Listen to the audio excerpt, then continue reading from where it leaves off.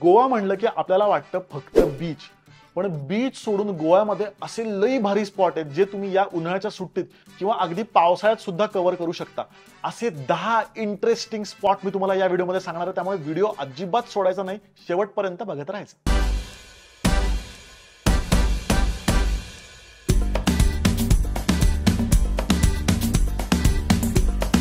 नमस्कार मंडळी, welcome back to Sukirt जी। तर या व्हिडिओमध्ये आपण बीच सोडून इंटरेस्टिंग स्पॉट कव्हर करणार आहोत। तर तुम्ही म्हणाल की ऑफकोर्स आम्हाला माहिती आहे ना, ओल्ड गोव्यातलं चर्च आहे, नंतर मंगेशी टेम्पल आहे, दूधसागर धबधबा आहे, आम्हाला सगळे स्पॉट माहिती आहेत। तर आपले जे हे स्पॉट आहेत हे ऑफबीट आहेत आणि वेगळे स्पॉट आहेत। तर आपण लगेच चालू करूयात। नंबर 1 स्पॉट आहे दिवार आयलंड। अप्रतिम छोटं बेट, एखाद्या गोष्टीतलं असतं तसं ते म्हणजे दिवार आयलंड।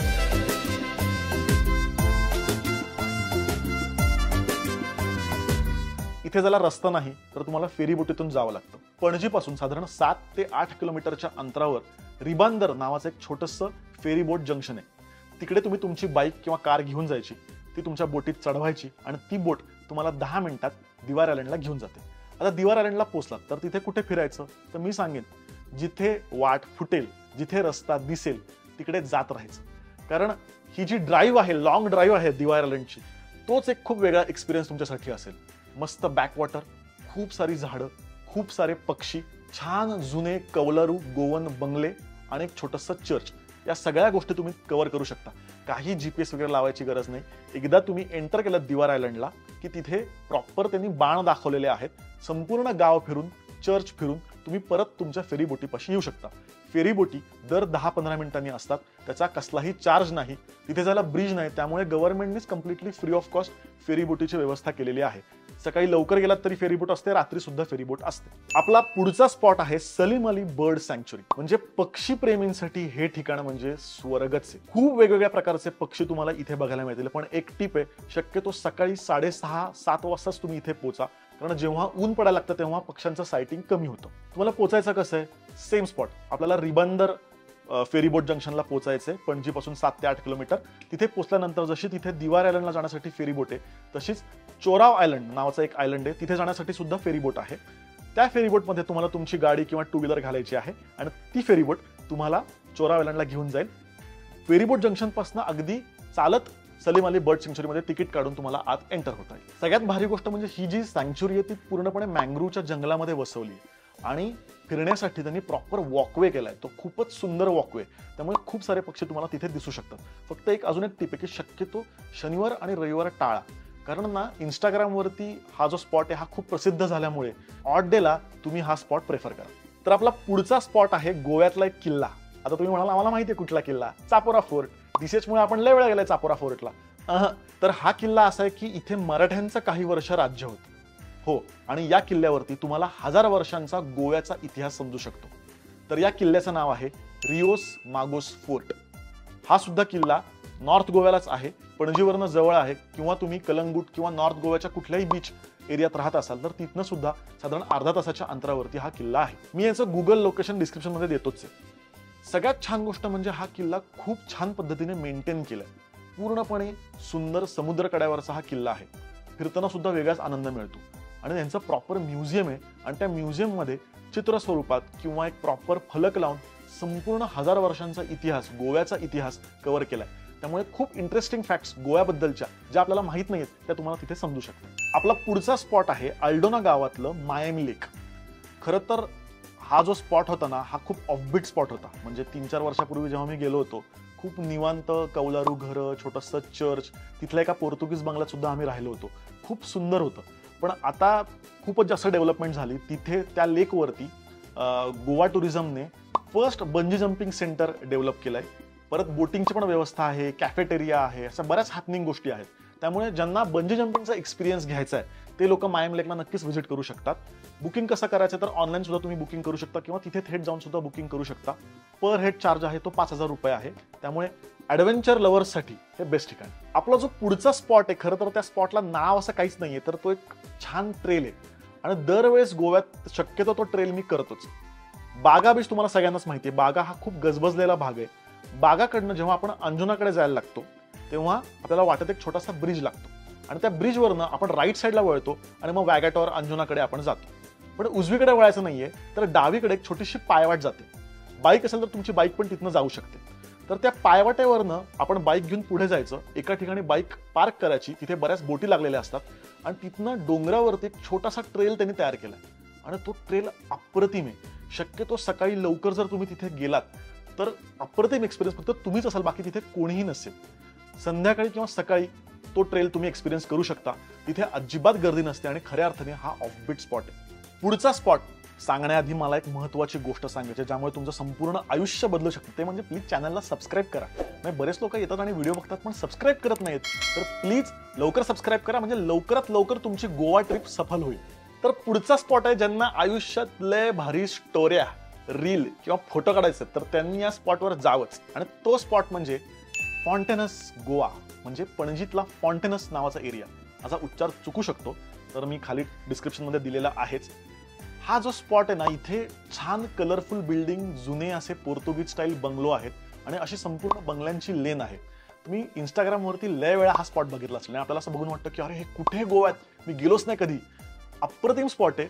खरं तर बघण्यासारखं असं काही नाही. तर तिथे परत तुम्ही छान ड्राईव्ह करू शकता, छान चालू शकता किंवा निवांत स्लोमो वगैरे तुम्ही असे शूट करू शकता. अप्रतिम स्पॉट आहे. परत सजेस्ट करेन, शनिवार रविवार जाऊ नका. इथे लय लोक येतात आणि फोटोशूट करत असतात. शक्यतो ऑड डेला सकाळच्या वेळी तुम्ही जा, म्हणजे तुम्हाला छान एक्सपिरियन्स करता येईल.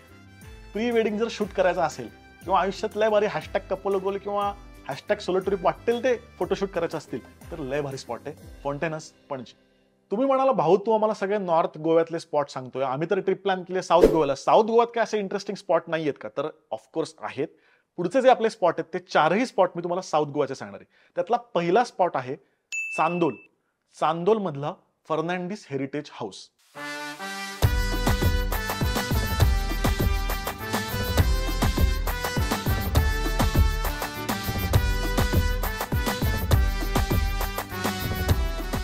चांदोल ही पणजीच्या आधी गोव्याची राजधानी होती, त्यामुळे इथे खूप सारी जुनी घरं आहेत. पण जे हे फर्नांडिस हेरिटेज हाऊस आहे हे पर्यटकांसाठी खुलं आहे. तिथे पूर्णपणे तुम्ही जाऊ शकता. तिकीट त्यांचं आहे, नॉमिनल चार्जेस आहेत आणि संपूर्ण घर तुम्हाला बघता येईल.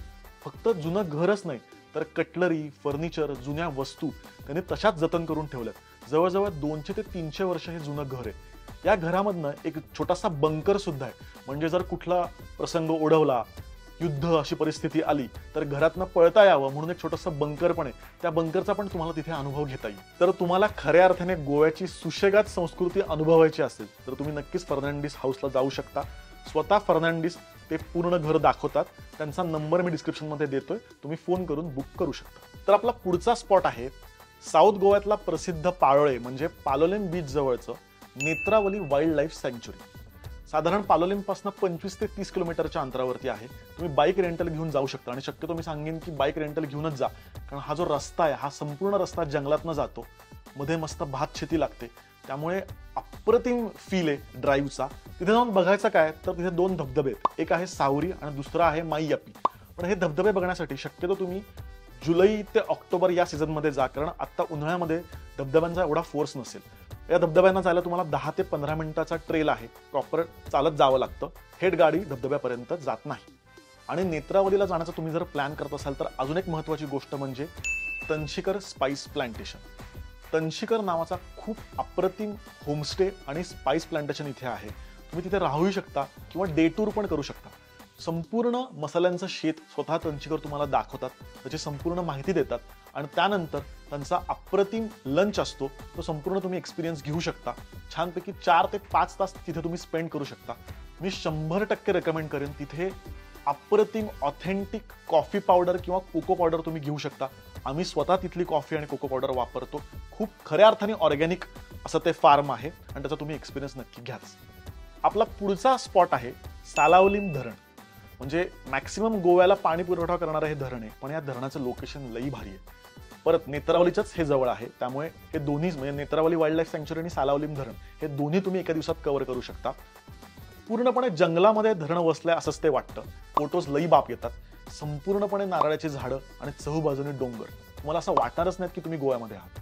तर आपला पुढचा स्पॉट आहे साऊथ गोव्यातला काबो दी रामा फोर्ट. आगोंदा हा जो प्रसिद्ध बीच आहे साऊथ गोव्यातला, तिथपासून साधारण 15 किलोमीटर अंतरावरती.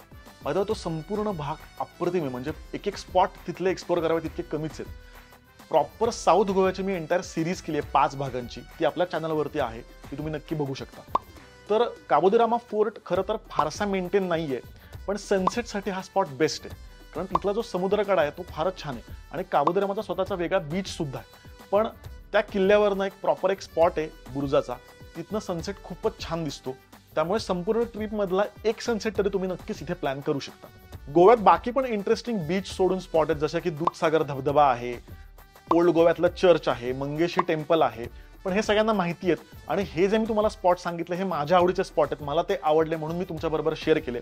पण असा कुठला ऑफबीट बीच सोडून स्पॉट माझा कुठला राहत असेल तर मला प्लीज कमेंटमध्ये सांगा. पुढच्या गोवा ट्रिपच्या वेळेस मी तिथे नक्कीच प्लॅन करेन. अजून एक भारी गोष्ट म्हणजे छत्रपती शिवाजी महाराजांनी गोव्यामध्ये एक मंदिर बांधलं, असं म्हणजे मी ऐकून आहे. तर हे खरं आहे का आणि हे मंदिर नक्की कुठे तुम्हाला माहिती असेल तर मला प्लीज कमेंटमध्ये सांगा. पुढच्या गोवा ट्रिपच्या वेळेस मला प्रायोरिटीवरती ते मंदिर बघायला नक्कीच आवडेल.